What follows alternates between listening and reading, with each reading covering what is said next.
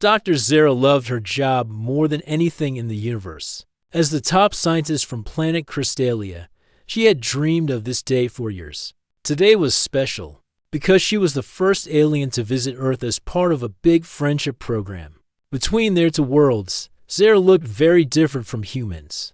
Her skin sparkled like diamonds, and her eyes changed colors when she felt excited or confused. She was tall and thin, with long fingers that could make beautiful music when she touched crystal stones.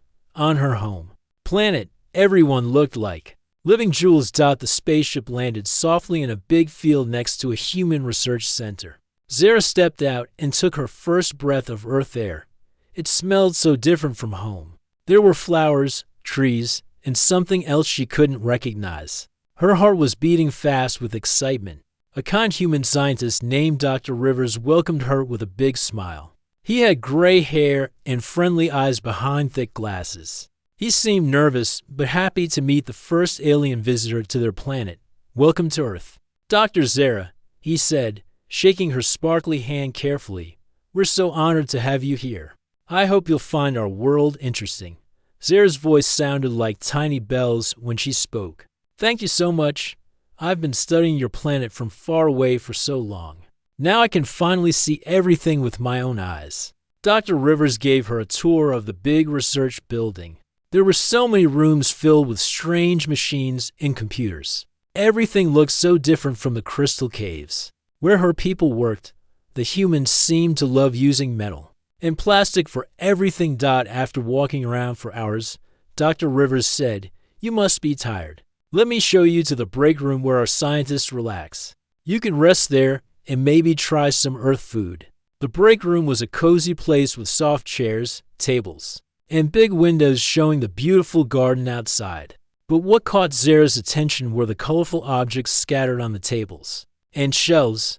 There were small round balls that could be squeezed, spinning toys that moved in circles, and strange rubber shapes in bright colors. "Oh my," Zara whispered, her eyes turning bright blue with curiosity. "What are these beautiful things?" Dr. Rivers laughed. They're just stress toys. Our scientists play with them when they need to relax or think.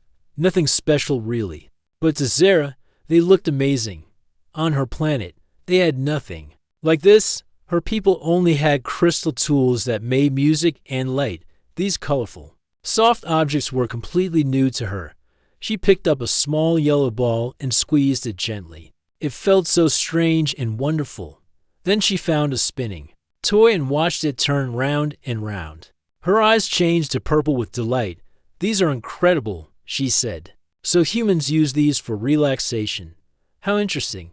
While Zara was playing with the toys, she started hearing conversations from the offices nearby. Her special translation device, which helped her understand human language, was picking up words from different rooms. Through the thin walls, she heard a woman talking on the phone. "Yes, we're still working on the fertility project.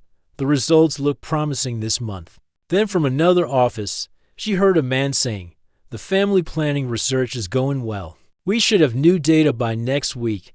Zara's translator was working hard to change these human words into her language. But something strange was happening. The device kept connecting these serious-sounding conversations to the colorful toys she was holding. Her people didn't have families the way humans did. On Crystalia, new people were created when the crystal formations sang together in perfect harmony. It was a beautiful but simple process that happened in special crystal caves. There was no mystery about it, but these human conversations sounded so complicated. And somehow, her translator kept suggesting that these toys were connected to how humans created their families. A woman with a white coat walked into the break room. She had kind eyes and brown hair tied back neatly. She smiled at Zara and said, "You must be our visitor from Crystalia. I'm Dr. Brooke, and I work in the biology department." "Nice to meet you," Zara said, still holding the yellow ball. "I was just admiring these wonderful relaxation tools. Dr. Rivers told me humans use them for stress relief." Dr. Brooke looked confused. For a moment, "Oh, you mean the stress balls and fidget toys?" "Yes. They help us think better when we're working on difficult problems." I use them all the time when I'm analyzing data from my research. Your research? Zara asked, her eyes turning green with interest. I study how families are formed, Dr. Brooke explained. It's complex work, but very rewarding. Understanding life and how it continues is one of the most important things we can study. Zara's translator immediately connected this to the toys in her hands. Her mind started racing. Could it be that these simple-looking objects were actually tools for creating families? On her planet, they used crystals for everything important. Maybe humans use these colorful toys for their most important life processes? That sounds fascinating. Zara said carefully, these tools must be very significant in your culture then. Dr. Brooke nodded enthusiastically. Oh yes, my work affects millions of families around the world. Every breakthrough we make helps people understand life better. As Dr. Brooke left to return to her work, Zara sat alone with the toys. Her mind spinning with new ideas, she looked at each object with fresh eyes. The round balls, the spinning devices, the colorful shapes, they all seemed so much more important. Now she pulled out her research notebook and started writing. Her sparkly fingers moved quickly across the pages as she documented each toy carefully. She drew pictures and wrote detailed descriptions, treating each item like a precious scientific specimen. Day 1 of Earth research, she wrote, have discovered what appear to be essential tools used in human family creation processes. Objects are colorful, soft, and designed for manipulation. Humans seem to treat them casually, but research suggests they play a vital role in reproduction studies. As the day ended, Zara felt excited about her discovery. She couldn't wait to learn more about these mysterious objects and their role in human society. She carefully packed a few of the toys in her bag, planning to study them more closely in her room. Little did she know that her greatest scientific adventure was just beginning, and it would lead to the most embarrassing but educational experience of her entire career. The next morning, Zara woke up with her mind buzzing with excitement. She had spent half the night examining the colorful objects she had collected from the break room. Each one felt different in her sparkly hands. Some were soft, others were firm, and a few made interesting sounds when she pressed them. She had filled 3 pages of her research notebook with detailed drawings and observations. This was going to be the discovery that made her famous throughout the galaxy. She was sure of it. Dr. Rivers knocked on her door early in the morning. Good morning, Dr. Zara. I hope you slept well. Today I thought we could visit some places around the city so you can see how regular humans live. Zara's eyes turned bright yellow with enthusiasm. That sounds perfect. I'm very interested in studying human daily life, especially their recreational habits. Their first stop was a busy shopping mall. Zara had never seen anything like it. Hundreds of humans walked around, carrying bags and talking to each other. But what really caught her attention were the couples walking together, often stopping to look at things in store windows. She watched carefully as a young man and woman stopped in front of a shop display. They were pointing at different items and talking quietly to each other.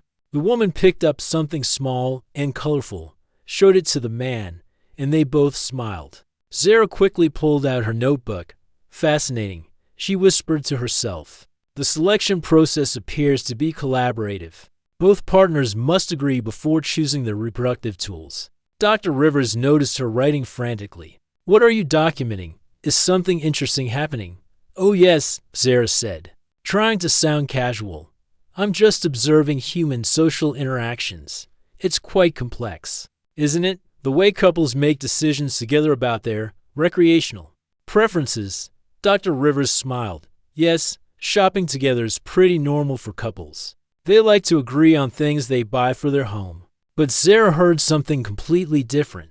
Her translator was telling her that couples needed to agree on their reproductive tools for their family space. This made perfect sense to her alien mind. They walked deeper into the mall, and Zara spotted something that made her heart race. With scientific excitement, there was an entire store filled with nothing but colorful toys and gadgets.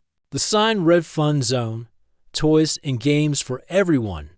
Dr. Rivers, she said, trying to keep her voice steady, could we visit that establishment?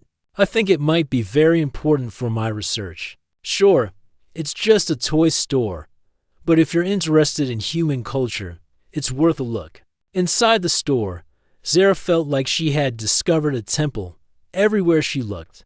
There were shelves filled with objects similar to what she had found in the break room, but these were arranged so carefully, organized by size, color, and type. Some sections had signs that said adults only or age 18 and above. Her eyes grew wide. "This is incredible," she breathed. "It's like a specialized selection center." A friendly store worker approached them. "Can I help you find anything specific?" Today, Zara stepped forward eagerly. "Yes, please. I'm conducting research on human recreational practices. Could you tell me about the selection process? How do people choose which items are right for them?" The worker looked a bit confused but smiled. "Well, it depends on what you're looking for. Are you shopping for kids, adults, or maybe a special occasion?" "Adults," Zara said quickly, pulling out her notebook, "and this would be for family planning purposes." The worker's eyebrows went up. "Family planning? Are you maybe looking for educational toys? We have some great science kits and building sets that families enjoy together." But Zara's translator was working overtime, and she was hearing something completely different. She nodded enthusiastically. "Yes, exactly. Items that families use together for their most important activities." For the next hour, Zara interviewed the poor store worker, asking detailed questions about usage patterns, preference selection, and compatibility factors. The worker tried their best to answer, thinking Zara was asking about regular toy preferences, while Zara was convinced she was learning about the most sacred human rituals. She bought a small bag of various items, carefully selecting different colors and textures. For research purposes, she told Dr. Rivers, who was watching with growing confusion. Their next stop was a park where families were having picnics. Zara observed children playing with balls and toys while their parents watched. She saw couples sitting together on blankets, sometimes holding hands or sharing food. "Look at this," she whispered to Dr. Rivers, pointing at a family where the parents were playing catch with their children. "The reproductive tools are being used in the presence of offspring. This must be part of the educational process." Dr. Rivers squinted at the normal family scene. "You mean the ball?" "Yeah. Parents often play games with their kids. It's good exercise and family bonding time." But Zara heard reproductive education and family bonding through tool usage. She scribbled notes furiously, completely misunderstanding the innocent family fun happening around her. As the day went on, every normal human interaction seemed to confirm her theories. She saw teenagers at the park playing with fidget spinners and stress balls, which she interpreted as young adults learning reproductive preparation. She watched office workers on their lunch break squeezing stress toys, while talking about their weekend plans, which her translator suggested was workplace reproductive consultation. By evening, Zara had filled her entire notebook with observations. She felt like she was uncovering the deepest secrets of human society. Everything made sense to her now. Why humans seemed so relaxed about these objects. Why they were everywhere. Why people used them so casually. Back at the research center, she spread all her purchases on her desk and began categorizing them by size, color, and texture. She created detailed charts showing what she believed were compatibility patterns and usage guidelines. Dr. Rivers stopped by her room to check on her. "You've been working hard all day. What kind of research are you doing exactly?" Zara looked up from her charts, her eyes glowing with pride. "I'm documenting the most important discovery of my career. Human reproductive culture is far more complex and beautiful than anything we have on Crystalia.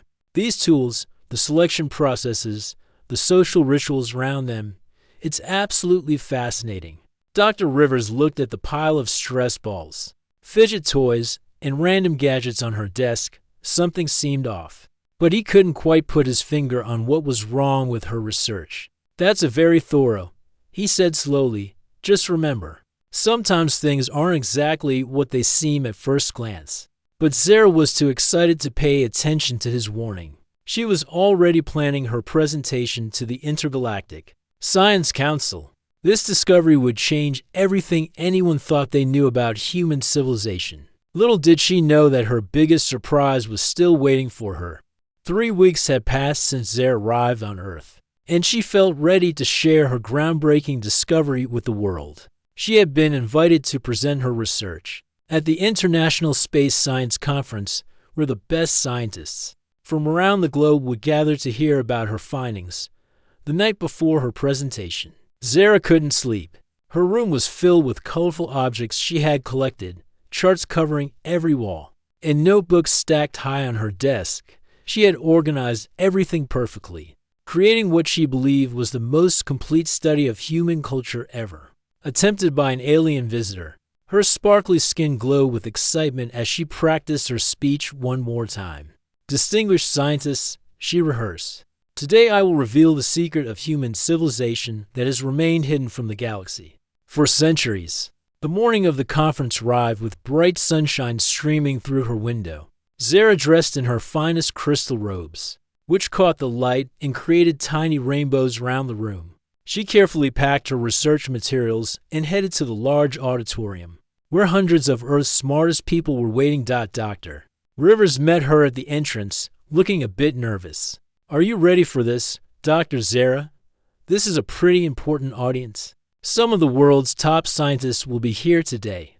I've never been more ready for anything in my life, Zara replied, her eyes shining bright blue with confidence. This presentation will change how the entire galaxy understands Earth. The auditorium was packed. Scientists, reporters, and government officials filled every seat. At the front row sat Dr. Brooke, the biology researcher Zara had met on her first day, along with other experts in various fields. Everyone was curious to hear what the first alien visitor had learned about their planet. Dr. Rivers introduced her with a warm smile. Ladies and gentlemen, please welcome Dr. Zara from Crystalia, who will share her observations about human culture and society. The room erupted in applause as Zara walked to the podium. She felt proud and excited, completely unaware that she was about to experience the most embarrassing moment of her scientific career. Thank you all for this warm welcome, Zara began, her voice ringing like tiny bells through the microphone. In my 3 weeks on your beautiful planet, I have made a discovery that will amaze scientists throughout the universe. She clicked a button, and her first slide appeared on the giant screen behind her. It showed detailed drawings of stress balls, fidget spinners, and various toys, all labeled with scientific terms she had made up. Humans, she announced proudly, have developed the most sophisticated toy-based family creation system in the known galaxy. A confused murmur rippled through the audience. People looked at each other with puzzled expressions. Dr. Brooke leaned forward in her seat, trying to understand what she was seeing. Zara continued with growing enthusiasm. Unlike my people, who use crystal harmony for creating new life, humans have evolved a complex system involving colorful recreational objects that serve as essential tools in their reproductive processes. The murmuring grew louder. Some people in the audience began whispering to each other, while others took out their phones to record this unexpected presentation. Through careful observation, Zara went on, I have documented the selection rituals that human couples perform in specialized centers called toy stores. These establishments function as temples where partners choose their reproductive tools together, ensuring compatibility and mutual satisfaction. Dr. Rivers, sitting in the front row, suddenly realized what was happening. His eyes went wide with shock and embarrassment. He looked around at his colleagues, who were staring at the screen in complete disbelief. Zara clicked to her next slide, showing photos of families in the park playing with balls and toys. Here we see the educational phase, where parents demonstrate proper usage techniques to their offspring, preparing the next generation for their own reproductive responsibilities. The silence in the room was now complete. Nobody was whispering anymore. Everyone sat frozen, trying to process what they were hearing from this well-meaning but completely confused alien scientist. The most fascinating aspect, Zara continued, oblivious to the shock she was causing, is how humans have integrated these tools into their daily work environment. I observed multiple specimens in laboratory break rooms, suggesting that reproductive preparation is considered so important that it's incorporated into professional settings. Dr. Brooks slowly stood up from her seat. Her face showed a mixture of horror and understanding as she began to piece together what had happened. She recognized the items on Zara's slides as the same stress toys from their break room, the same fidget devices their staff used to relax during long work days. Dr. Zara, Dr. Brooke called out gently, interrupting the presentation. May I ask you a question? Zara smiled warmly. Of course, Dr. Brooke. I remember you from my first day. You're the family creation specialist. Yes, I work in biology, Dr. Brooke said carefully, walking toward the stage. When you say family creation, what exactly do you think that means? Well, Zara explained confidently. It's the process by which humans use these colorful tools to create new family members. Your translation device helped me understand that you study this process in your laboratory. The entire auditorium held its breath. Dr. Brooks' expression changed from confusion to gentle understanding. She realized that this brilliant alien scientist had made an innocent but enormous mistake based on translation errors and cultural assumptions. Dr. Zara, she said softly, I think there might be a small misunderstanding. Those items you've been studying, the balls and spinning toys, they're not used for creating families. They're just simple stress relief tools that help people relax when they're working or thinking hard. Zara's confident smile began to fade. Her sparkly skin started changing from bright blue to a pale silver color. I'm sorry. What do you mean? Humans create families through biological processes. Dr. Brooke explained gently. We don't use toys or objects for reproduction. We're biological creatures, just like many animals on Earth. The toys you've been studying are just toys, nothing more. The color drained completely from Zara's crystalline face. Her eyes, which had been glowing with pride just moments before, now dimmed to a dull gray. She looked out at the audience of hundreds of scientists, all staring at her with expressions of sympathy and second-hand embarrassment. You mean, she whispered into the microphone, that everything I've studied, everything I've documented, all MY research over the past 3 weeks, it's all wrong. Dr. Brooke nodded sadly. I'm afraid so, but please don't feel bad. It's an understandable mistake when you're learning about a completely different species. Zara stood at the podium, her 3 weeks of confident research crumbling around her like a house of cards. The presentation she thought would make her famous throughout the galaxy had instead revealed her as the alien scientist who mistook stress balls for reproductive tools. The silence in the auditorium seemed to last forever as Zara processed this devastating revelation. The silence in the auditorium felt like it lasted forever. Zara stood at the podium, her crystalline skin now a dull gray color that showed her deep embarrassment. On her home planet, when crystallians felt ashamed, their natural sparkle would fade until they looked almost like regular rocks. She stared down at her notes, which suddenly seemed like the scribblings of a confused child, rather than serious scientific research. 3 weeks of careful observations, detailed drawings, and confident conclusions had crumbled in just a few minutes. Dr. Brooke walked up to the stage and gently touched Zara's arm. Would you like to sit down? We can take a break from the presentation? Zara nodded slowly, her voice barely working. I think that would be good. I need a moment to process this information. The audience began to whisper among themselves, but not in a mean way. Most of the scientists felt sorry for Zara. They understood how easy it would be to misunderstand a completely alien culture, especially when language barriers were involved. Dr. Rivers quickly stepped forward. Let's take a 30-minute break. Everyone. This gives us all time to think about the challenges of cross-cultural communication in science. As the auditorium emptied, Zara sat in a chair on the stage, staring at her hands. Her research notebooks lay scattered around her, filled with diagrams and theories that now seemed ridiculous. She felt like the biggest fool in the galaxy. Dr. Brooke pulled up a chair next to her. Dr. Zara, please don't feel so bad about this. What happened today isn't your fault. How can you say that? Zara whispered. I'm supposed to be a trained scientist. I study cultures for a living. How could I make such a basic mistake?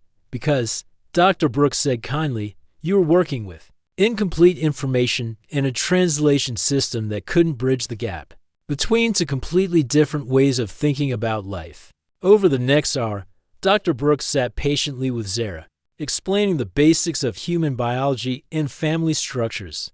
She spoke slowly and clearly, making sure Zara's translator could handle the complex concepts properly. Humans are biological creatures, Dr. Brooks explained.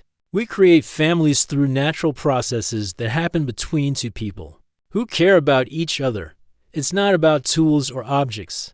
It's about love and connection. Zara listened carefully, her eyes gradually changing from gray to a soft purple color as her curiosity returned. So when I heard you talking about family planning research, you meant studying the biological processes? Exactly.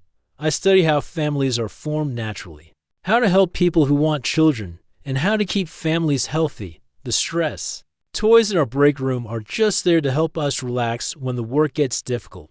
As Dr. Brooks continued explaining, Zara began to see human society in a completely new light. The couples she had observed in the mall weren't performing reproductive selection rituals. They were just shopping together because they enjoyed each other's company. The families in the park weren't conducting educational ceremonies. They were simply playing together because it made them happy. Your culture is so different from mine, Zara said, her skin starting to show faint sparkles again. On Crystalia, we create new people through crystal harmony. Two crystal formations sing together, and their combined music creates a new crystal being. It's beautiful, but it's very mechanical. There's no emotion involved. Dr. Brooks smiled. That sounds amazing in its own way, but human families are built on feelings, love, friendship, caring for each other. Parents don't just create children. They raise them, teach them, and love them for their entire lives. Love. Zara repeated the word carefully. This is something I need to understand better. On my planet, we work together and help each other, but this love concept seems much deeper. Dr. Brooks spent the rest of the afternoon teaching Zara about human emotions and relationships. She explained how people fall in love, how they choose partners, how they build families together, and how these families grow and change over time. Zara took new notes, but this time she asked questions constantly. So when humans hold hands, they're showing affection, and when parents hug their children, it's to express love. And when couples look at each other and smile, they're sharing happiness. Yes, exactly, Dr. Brooks said. Physical touch, kind words, spending time together. These are all ways humans show love and build strong relationships. As the day went on, Zara's embarrassment slowly transformed into fascination. She realized that while she had been completely wrong about the stress toys, she had stumbled onto something much more interesting, the complex emotional world of human relationships. Dr. Brooks, she said as the sun began to set outside the conference center, I made a terrible mistake today, but I think I've learned something much more valuable than what I originally set out to study. What's that? Human families aren't created by tools or objects. They're created by something much more powerful: emotions, connections, and love. This is far more complex and beautiful than anything we have on Crystalia. Dr. Brooks nodded. Every species has its own way of creating meaning and connection. Your crystal harmony sounds wonderful, too. The important thing is that we're both trying to understand each other. That evening, Zara sat in her room, completely rewriting her research. Instead of documenting reproductive tools, she began studying human emotions and relationships. She interviewed Dr. Rivers about his family, asking how he met his wife and what it felt like to raise children. She called her colleagues back on Crystalia and tried to explain concepts like romantic love, parental affection, and friendship. Her translation device struggled with these ideas because her people had never experienced emotions in quite the same way. It's like crystal harmony, she told them, but instead of sounds creating new life, feelings, and caring create bonds between existing people. These bonds make them want to build families and take care of each other. By the end of the week, Zara had filled 3 new notebooks with observations about human emotions. She watched couples walking together, parents playing with their children, and friends laughing together. Each interaction taught her something new about how humans connected with each other. The stress toys sat forgotten in a box under her desk. They had led her to make a foolish mistake, but they had also brought her to a much more important discovery: the power of love in creating and maintaining human families. Her embarrassment was fading, replaced by excitement about sharing this new understanding with both humans and her own people back home. 6 months had passed since the most embarrassing day of Zara's scientific career, and she was finally ready to share her real discoveries with the world. She had spent those months learning, growing, and completely changing how she approached studying other cultures. The same auditorium where she had made her terrible mistake was packed once again. But this time, Zara felt calm and confident, her crystalline skin glow with a warm, steady light that showed she had found inner peace with her experience. Dr. Rivers introduced her with a proud smile. "Ladies and gentlemen, please welcome back Dr. Zara, who will present her groundbreaking research on cross-cultural understanding and the importance of admitting our mistakes in science." The audience clapped warmly. Many of the same scientists who had witnessed her embarrassing presentation were there, but now they looked at her with respect and curiosity rather than confusion. Zara stepped up to the podium, no longer nervous, but genuinely excited to share what she had learned. 6 months ago, I stood here and made one of the biggest mistakes in the history of space science. She began with a gentle laugh. Today, I want to tell you why that mistake became the most valuable thing that ever happened to me. Her first slide showed a simple drawing of herself looking confused, surrounded by question marks. When I first came to Earth, I thought I knew how to study alien cultures. I had spent years learning about different species, and I was confident in my methods. But I learned something important. Confidence without understanding is just another word for ignorance. The audience listened intently as Zara explained how her translation device had failed her, how her assumptions about other species had blinded her to the truth, and how her eagerness to make a great discovery had led her to see patterns that didn't exist. "The stress toys I studied so carefully," she said, showing pictures of the colorful objects that had caused so much confusion, "taught me that sometimes the most obvious explanation is the correct one. A toy is just a toy, but more importantly, they taught me that real scientific discovery happens when we admit we don't know something and ask for help." Her next slide showed the new research methods she had developed. Instead of observing from a distance and making assumptions, she now recommended that scientists studying other cultures should ask direct questions, admit their confusion, and work closely with local experts. "Dr. Brooke became my teacher," Zara continued, gesturing to her friend in the front row. "Instead of letting me continue with my wrong ideas, she patiently helped me understand what I was really seeing. This kind of collaboration between scientists from different worlds is the key to real understanding."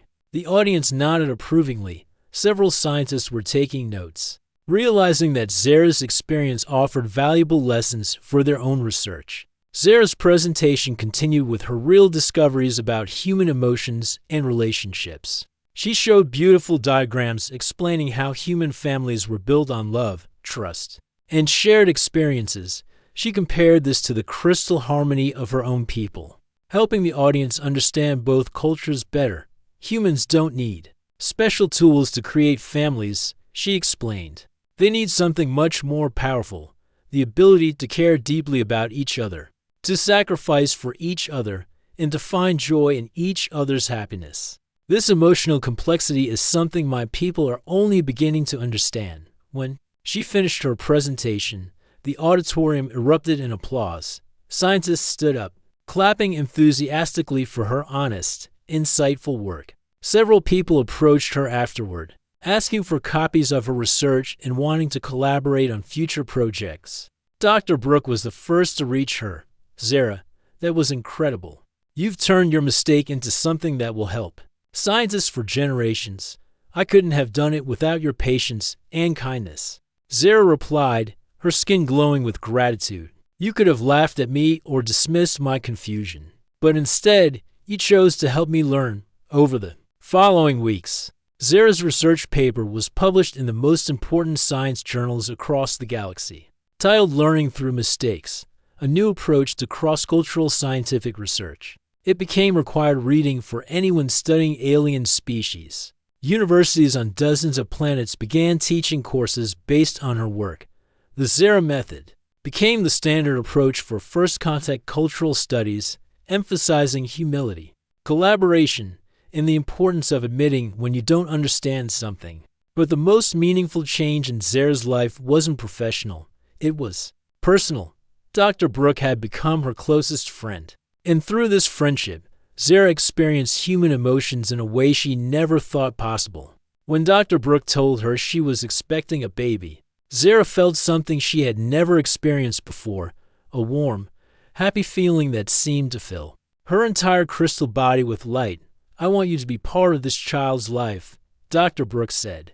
"Would you consider being her godmother?" Zara's eyes filled with tears, another human emotion she had learned to experience. "I would be honored, but what does a godmother do? You help guide her, teach her, love her, and always be there when she needs you," Dr. Brooke explained. "It's like being a second parent, someone who cares about her happiness and helps her grow into a good person." When baby Luna was born, Zara was there in the hospital, her skin glowing with such bright, happy light that the nurses had to dim the room lights. She held the tiny human baby in her arms and felt a love so powerful it changed her understanding of the universe.